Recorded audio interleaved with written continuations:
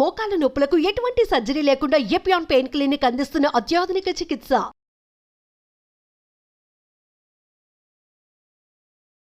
నమస్తే, welcome to Suman TV. ఆడవాళ్ళలో ఎక్కువగా వచ్చేటువంటి క్యాన్సర్లో మనం చూసుకున్నట్లయితే బ్రెస్ట్ క్యాన్సర్ ఒకటి.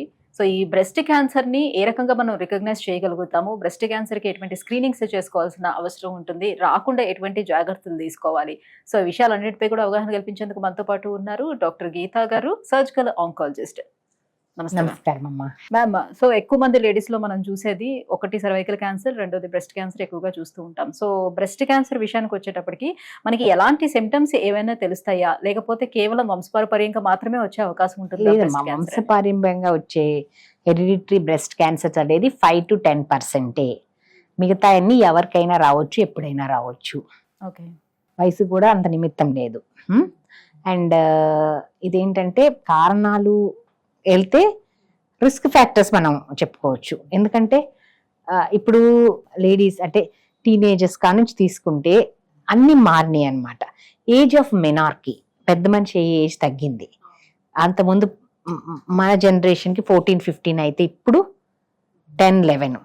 అండ్ ఏజ్ ఆఫ్ మెనోపాస్ కూడా పెరిగింది.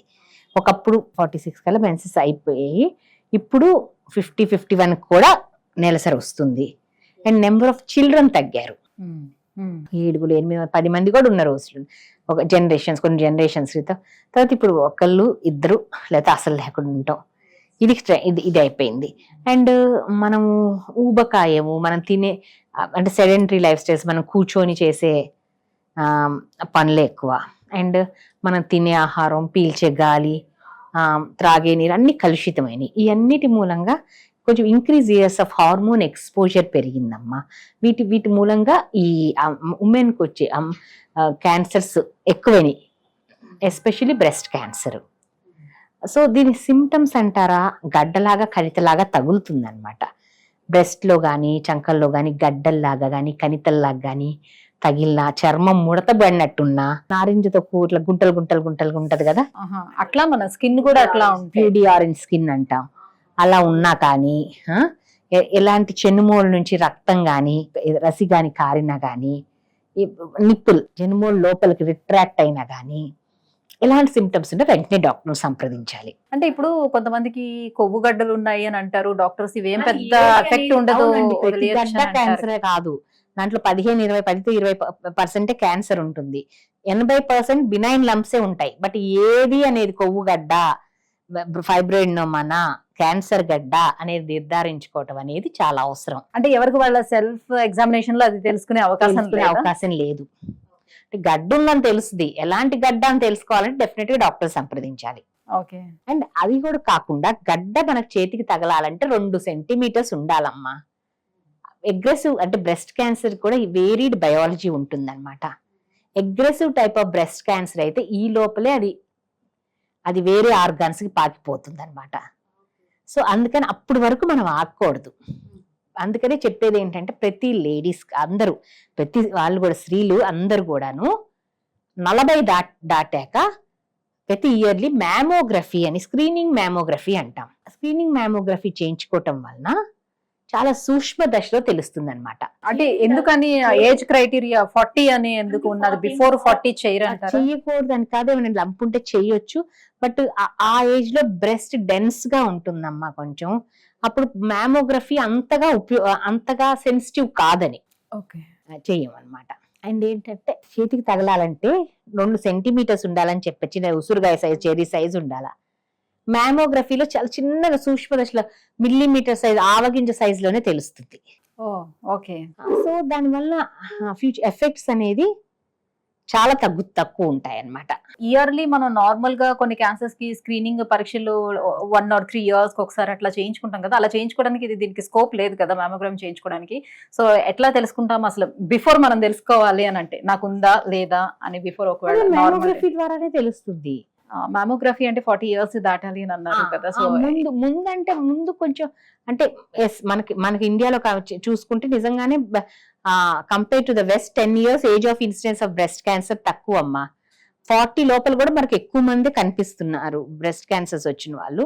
బట్ కొంచెం అప్రమత్తంగా ఉండాలి. ఎలాంటి చిన్న చేంజెస్ ఉన్న బ్రెస్ట్ లో వెంటనే డాక్టర్ని సంప్రదించాలి. ఓకే. అల్ట్రాసౌండ్ బ్రెస్ట్ చేయించుకోవచ్చు 40 ముందు కూడాను. సో ఇది క్యాన్సర్ ఉంది అని తెలియని తర్వాత సో ట్రీట్మెంట్ ప్రొసీజర్ అనేది ఏ రకంగా ఉంటుంది?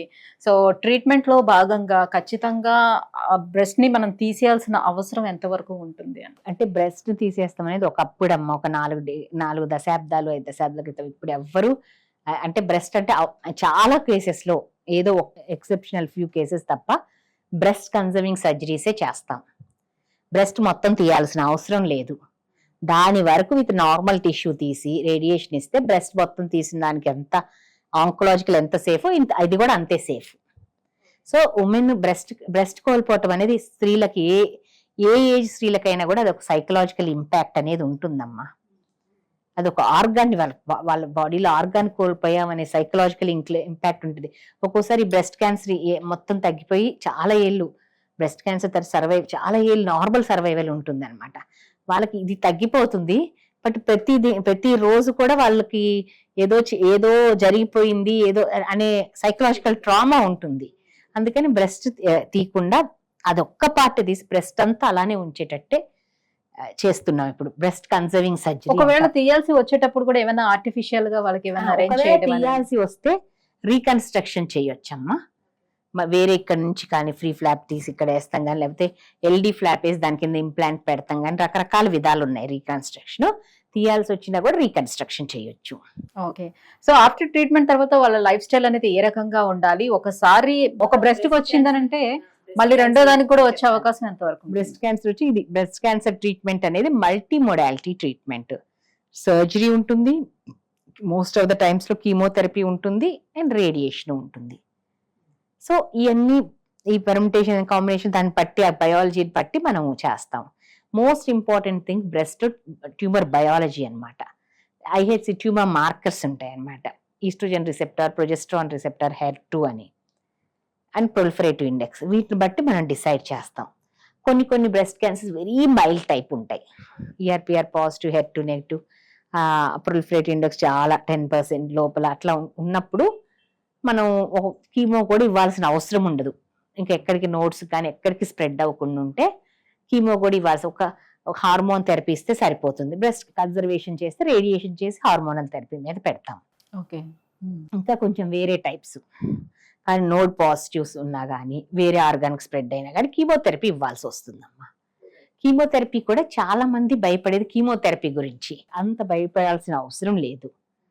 ఇప్పుడు డెఫినెట్ గా నార్మల్గా ఉన్నట్టు ఉండదు కదా, ఏదైనా వచ్చినప్పుడు కొంతవరకు కొంచెం ఉంటాయి కానీ అవి బేరబుల్ గానే ఉంటాయి. అండ్ దాని ఇప్పుడు ఏంటంటే ప్రస్తుతం ఆ కీమోథెరపీ సైడ్ ఎఫెక్ట్స్ కూడా మంచి మెడిసిన్స్ వచ్చినాయి సైడ్ ఎఫెక్ట్స్ ఇచ్చేస్తానికి. ఎక్సెప్ట్ కొంచెం హెయిర్ ఫాల్ తప్ప, హెయిర్ మళ్ళీ వస్తుంది, కొంచెం హెయిర్ పోయినా కూడా లేడీస్ అందరు కొంచెం ఉంటుంది సైకలాజికల్ ఇంపాక్ట్, బట్ అదే మేము కౌన్సిల్ చేస్తాం. ఇప్పుడు తిరుపతి వెళ్ళి ఇస్తే మళ్ళీ వస్తుంది కదమ్మా, అలానే ఇది కూడా వస్తుంది. డెఫినెట్ గా ఇంకా బాగా ఒత్తుగా వస్తుంది, జస్ట్ ఈ పీరియడ్ వరకే అలా ఉంటుంది అని కౌన్సిల్ చేస్తే చాలా మంది దే ఆర్ ఓకే. అండ్ ఎక్కువ భయపడతారు, అంత భయపడక్కర్లేదు. తాత్కాలికంగా కొంచెం ఇబ్బంది ఉంటుంది, బట్ దే విల్ రికవర్, మంచిగా రికవర్ అవుతారు. అండ్ రేడియేషన్ కూడా ఇప్పుడు ప్రిసిషన్ థెరపీ ఎక్కడ అయితే మనం ఇవ్వాలనుకో అక్కడికి వేరే చోట రేడియేషన్ సైడ్ ఎఫెక్ట్స్ లేకుండా ఉంటున్నాయి. ఇంకా టార్గెటెడ్ థెరపీ కూడా ఉంది. Okay, HER2 positive targeted therapy ఇస్తాము. ఇమ్యూనోథెరపీ అని వచ్చినాయి అనమాట, చాలా అడ్వాన్సెస్ వచ్చినాయి, చాలా అడ్వాన్స్మెంట్. బట్ ఎంత అడ్వాన్స్మెంట్ ఉన్నా చాలా రీసెర్చ్ జరుగుతుంది, చాలా billions of dollars are spend on research in breast cancer and other cancers. But ఏ రీసెర్చ్ ఉన్నా ఎంత మనీ స్పెండ్ చేసినా key to success in cancer is early diagnosis. అందుకని ఇంత ప్రెస్ చేసి చెప్తున్నాం, ఎర్లీ డయాగ్నోసిస్. ప్రతి స్త్రీలు కూడా ఒక చీర, నేను ఎప్పుడు ఇంటర్వ్యూ ఇచ్చినా ఇదే చెప్తాను, ఒక చీర ఖరీదు కాదమ్మా ఈ టెస్ట్లు. 40 దాటిన ప్రతి వాళ్ళు లేడీస్ ఈ టెస్ట్లు చేయించుకో, ఒక చీర కొనుక్కోలేదనుకొని ఈ టెస్ట్లు చేయించుకోండి, చాలా మంది లైఫ్ సేవ్ అవుతాయి.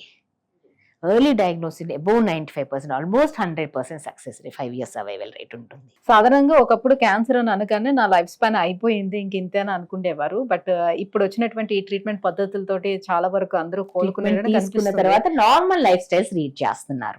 ఎన్ని ఇయర్స్ లోపు వాళ్ళు నార్మల్ అయిపోగలుగుతారు? ట్రీట్మెంట్ అయిపోగానే నార్మల్ అయిపోతారు. లేకపోతే కొంచెం మనం సర్విలెన్స్ కొంచెం మనం ఫాలో అప్ లో ఉంచుతాము. ఎవ్రీ ఫస్ట్ 2 years వరకు ఎవ్రీ 3 months మేము పిలుస్తాం. కొన్ని టెస్ట్లు, కొంచెం సిమ్టమ్స్ అడుగుతాం ఏమైనా ఉన్నాయా అని, relevant గా టెస్ట్ చేస్తాము. అదే 2 నుంచి 5 years వరకు ఎవ్రీ 6 months, 5 years తర్వాత ఎవ్రీ ఇయర్లీ ఒకసారి ఫాలోఅప్ లో ఉంచుతాం అనమాట. సో కేవలం బ్రెస్ట్ లో వచ్చినటువంటి ఈ క్యాన్సర్ కణాలు బాడీలో ఇంకా అదర్ ఆర్గాన్స్ కూడా స్ప్రెడ్ అవ్వడానికి ఎంత టైం తీసుకుంటుంది? అంటే ఎంత టైం తీసుకుంటుంది అంటే ట్యూమర్ బయాలజీని బట్టి ఉంటుందమ్మా. అగ్రెసివ్ ట్యూమర్స్ అయితే వెంటనే వెళ్ళిపోతాయి అనమాట, వెరీ తక్కువ టైంలో. వెరీ మైల్డ్ టైప్ అయితే ఇయర్స్ టుగెదర్ ఎక్కడికి వెళ్ళకుండా అక్కడే ఉంటాయి. Thank you ma'am, thank you so much. So breast cancer రావడానికి మేజర్ కాసెస్ అండ్ ట్రీట్మెంట్స్, ఎలాంటి ట్రీట్మెంట్స్ నవడేస్ మనకు అందుబాటులో ఉన్నాయి, ఈ విషయాలన్నీ కూడా అవగాహన కల్పించినందుకు థ్యాంక్ యూ సో మచ్. నమస్కారం అమ్మా.